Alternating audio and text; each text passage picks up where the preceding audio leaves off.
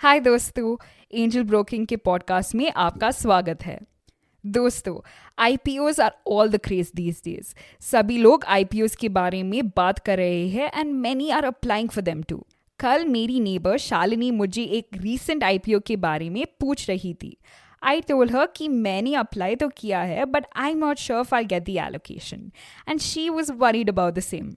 फिर मैं उसके घर चाय पीने चला गया और उसके बाद निखिल से बात करते करते हम ओएफएस के बारे में डिस्कस करने लगे। Both of them knew little about it and then we talked about it at length. कल मुझे पता चला कि my neighbours are avid investors and that they keep themselves up to date with the market news. अच्छा, हम किस बारे में बात कर रहे थे? अरे हाँ, ओएफएस। क्या आप भी जानना चाहते हो कि what OFS are and how to apply for them? तो चलिए देखते हैं। दोस्तों, आईपीओज के बारे में तो आप जानते ही हो। आईपीओज के जरिए कंपनीज अपने बिजनेस के लिए कई इन्वेस्टर्स से कैपिटल रेज करती है। ओएफएस भी कुछ ऐसा ही प्रोसेस होता है, एक्सेप्ट दैट ओएफएस या फिर ऑफर फॉर सेल एक कंपनी तभी इशू कर सकती है जब वो ऑलरेडी पब्लिक ट्रेड हो रही हो। बेसिकली ओएफएस के थ्रू कंपनीज कैपिटल रेज नहीं करती है और इस प्रोसेस में उनको ज़्यादा कॉम्प्लिकेटेड प्रोसीजर्स के थ्रू नहीं गुजरना पड़ता। That is why company sometimes go for an OFS rather than an FPO. अच्छा, एफपीओ और ओएफएस के बीच आप डिफरेंस जानते हो? दोस्तों, एफपीओज में नए शेयर्स क्रिएट होते हैं और एक ओएफएस में बेसिकली कंपनी के प्रमोटर्स अपने शेयर्स को एक्सटर्नल एंटिटीज के लिए ऑफर करते हैं। ओएफएस के प्रोसीजर में एक रूल है जो कहता है कि रिटेल इन्वेस्टर्स को ऑफर शेयर्स में से 10% रिजर्व किए जाना चाहिए और इंश्योरेंस और म्यूचुअल फंड कंपनीज के लिए 25। साउंड्स इंटरेस्टिंग है ना? तो what's in it for you? आपको ओएफएस में इन्वेस्ट करने में क्या फ़ायदा है और अगर कोई बेनिफिट है तो आपको इसके लिए कैसे अप्लाई करना है? Let's find out. दोस्तों, इसके बेनिफिट समझने के लिए आपको कुछ और ओएफएस प्रोसीजर से फेमिलियर होना ज़रूरी है। फॉर एग्जाम्पल, ओएफएस में आप बेसिकली ऑफर्ड शेयर्स की प्राइसेस बिड कर सकते हो and the highest bids are given the allotments. Alternatively आप कट ऑफ प्राइस पर भी परचेस कर सकते हो, यानी कि that minimum price at which the shares are being offered in the OFS. One benefit to note here is that आपको OFS में ज़्यादा पेपर वर्क करने की ज़रूरत नहीं होती है।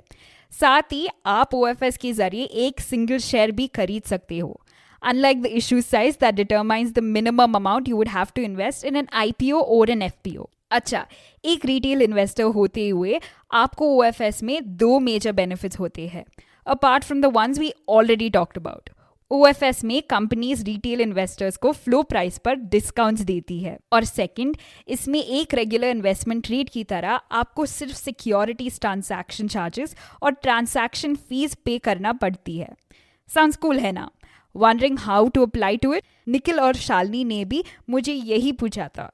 They were surprised when I gave them the complete picture that I'm going to give you now. दोस्तों, ओएफएस में पार्टिसिपेट करने के लिए आपको ये ध्यान में रखना है कि they are open for only 3 to 10 days and these remain open from 9:15 AM to 2:45 PM only. Next, आपको ये समझना ज़रूरी है कि अगर आपकी बिड फ्लो प्राइस से नीचे है तो आपको अलॉटमेंट नहीं मिलेगी। इसलिए अगर आप कट ऑफ प्राइस पर बिड नहीं कर रहे हो तो knowing the right price to bid is very necessary. Once you have figure that out, तो the next thing you need to know is that as a retail investor आप 2 लाख तक की बिड ही प्लेस कर सकते हो। If your bids exceed that, then you won't get allotments for the exceeding amount. एक बार आपने ये रूल समझ लिए तो there is nothing more to know. OFS में भी बिड करना is not a rocket science. और हाँ, ये तो आपने फिगर आउट कर ही लिया होगा कि ओएफएस में पार्टिसिपेट करने के लिए आपके पास एक डीमैट या ट्रेडिंग अकाउंट होना चाहिए if you don't want to go through your dealer for it, that is. अगर आपके पास डीमैट अकाउंट है तो फिर क्या है, आपने ट्रेडिंग पोर्टल पर लॉग इन करके आपको सिर्फ अपनी बिड प्लेस करनी है। साउंड सिंपल है ना? I bet it does.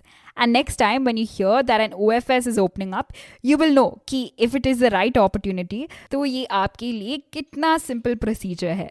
And that's all you need to know.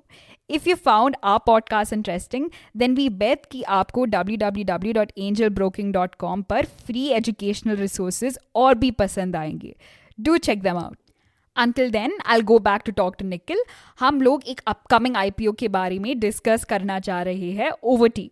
मिलते हैं next time. Until then, goodbye from Angel Broking and happy investing. Investments in the securities markets are subject to market risk. Read all related documents carefully before investing.